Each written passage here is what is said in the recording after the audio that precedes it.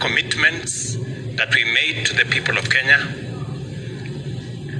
the implementation of the programs that we put in place to actualize our commitments, what the situation was, where we are today, and what we need to do in the remaining part of our term. So let me begin by saying that we've had a good engagement looking at the overwhelming mandate that was given to us by the people of Kenya.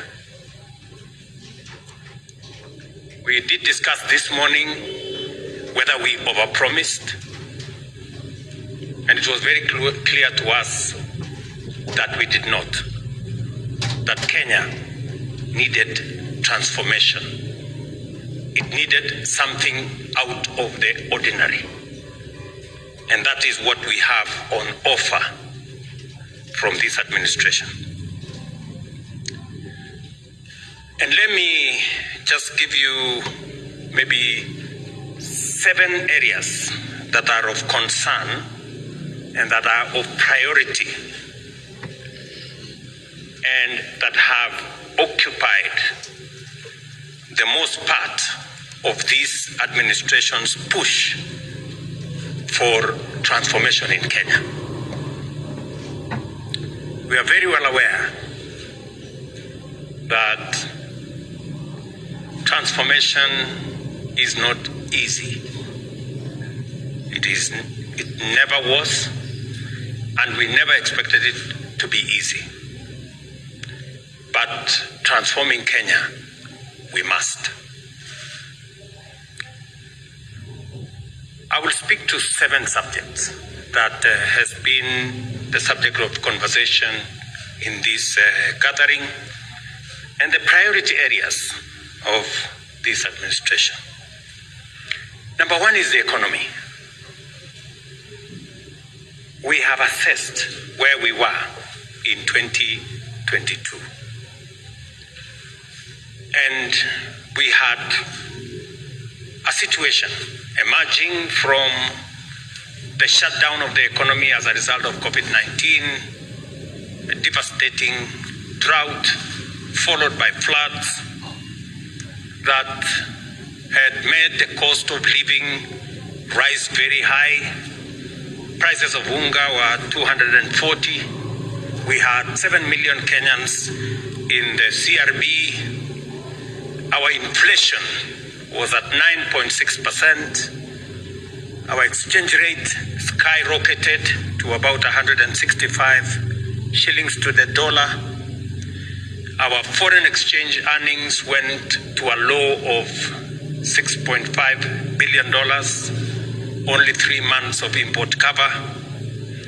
We had difficulties with supply of our fuel requirements, and our CBR was all the way to almost 14%, and treasury bills were trading at around 16%, and things were difficult.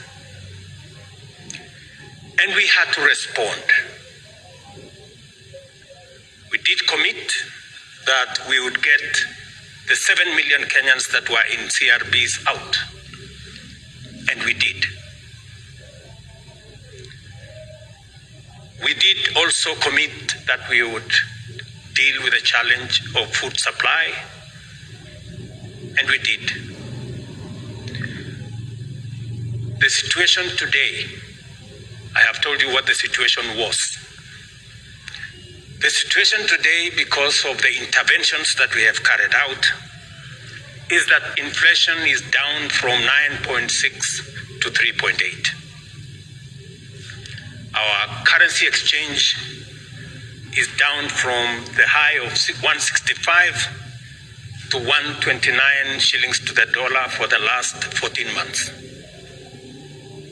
Our foreign exchange reserves, which were at 6.5, the low of $6.5 billion, an import cover of just 3 months, is now up to $10.9 billion, an import cover of close to 5 months.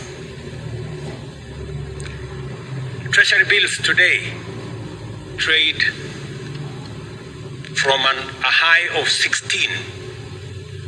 Now Treasury bills are trading at 8.5%. And also our CBR, as I told you, by the central bank, has come down from a high of almost 14%. Just I think last week or the week before, central bank announced a new central bank rate of 9.75%, down from what it was before. As a result, our economy has improved from being the 8th largest economy in Africa to being the 6th largest economy in Africa.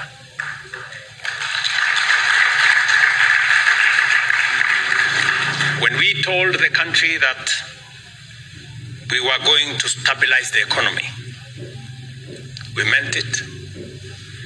And by God's grace, the economy today is different from what it was then. But we also have discussed about what about the future? What happens from here? And it is our intention to continue to expand our interventions on managing expenditure and increasing our revenues. It is our intention, and the targets we have for the future is that we want to move our revenues as a percentage of GDP from 15, 16, 17%. We want to see whether we can take it to 19, 20%. That is our looking forward. We're also looking forward to ensuring that we maintain our foreign exchange reserves by supporting more exports of goods, of services, so that we can grow our balance of payment numbers. That is on the economy. Number 2, on agriculture, we did commit to the country that we were going to undertake robust, far-reaching reforms in the agricultural sector. And as I have said, you know very well that we had an untenable situation where the cost of living was very high. The largest contributor, as you all know, to inflation and the cost of living is the cost of food. And it wasn't going to be possible to deal with the challenge of cost of living or cost of food without significantly transforming agriculture. So what did we do to deal with that situation that we had where agriculture was not supplying enough food? We had challenges of policies in that space. We had fraud on fertilizer and all the other interventions that were going on. And we had challenges of farmers getting adequate prices or the correct prices for their produce. So as an administration, we took 5 steps to transform the agricultural sector. Number 1, we changed from subsidizing consumption and instead went to support production. That is why instead of subsidizing unga, we decided to subsidize fertilizer, because it makes the whole difference. We took the next step to get the correct data, because the agricultural space didn't have any accurate data on any matter. So we undertook a robust process of collecting data on the agricultural sector, and thankfully we now have a database of 6.6 million farmers, complete with the crops they plant, the acreage of their land, and all other details that are required, including their details. The third issue is, apart from collecting data, we digitized the whole agricultural value chain to assist us eliminate fraud and corruption and theft that was prevalent, so that it undermined corruption, theft, and fraud, undermined delivery of government programs, even the subsidy program, even the fertilizer program. And as a result of the interventions that we have carried out in the agricultural sector, as per the commitment we made to the people of Kenya, we have, before I go there, I said the interventions we have carried out. The other intervention we carried out is to reform the coffee sector. The coffee sector had been taken advantage and actually taken hostage by cartels and interests.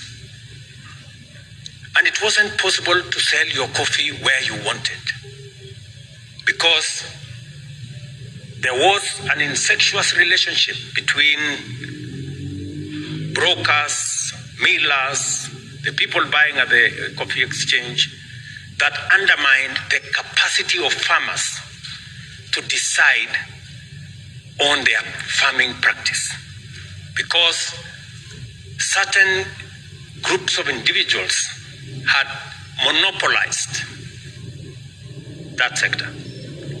One person had a license as a farmer. They were also millers, they were also brokers, and they were also the people who bought coffee at the coffee exchange. We have since dismantled those cartels, and we have changed the delivery model in the coffee value chain. We have also undertaken far-reaching reforms in the agricultural sector, in the sugar sector. As we all know, Kenya always, since I was Minister for Agriculture, we always went to seek for some commercial safeguards, because we were perennial importers for 30 years of sugar. And it was necessary to reform the sugar sector. This is a commitment we made. It is in our manifesto. And we had to take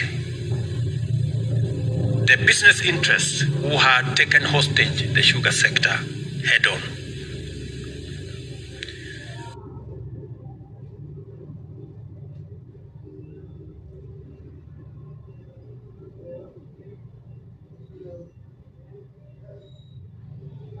At some point, I had to tell them mambo ni matatu. It was not a threat. It was just an exercise in the course of reforming the sugar sector. We have since reformed the sugar sector.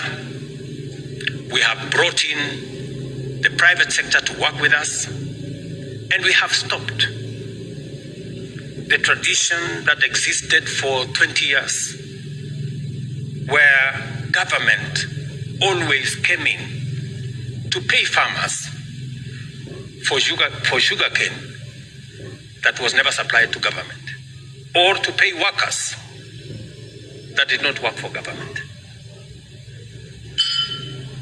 So, what is then the new situation? The new situation is that the interventions that we have made, from subsidizing fertilizer, digitizing farmers, reforming the sector, making sure that we have accurate data, getting rid of the cartels in the sugar, in the coffee, and in the other sectors. Today, we have a new situation. Our productivity has gone up. Productivity on maize, for example, has gone up from an average of 43, 44 million bags a year to last year, 64 million bags. This year we are expecting between 70 and 75 million bags.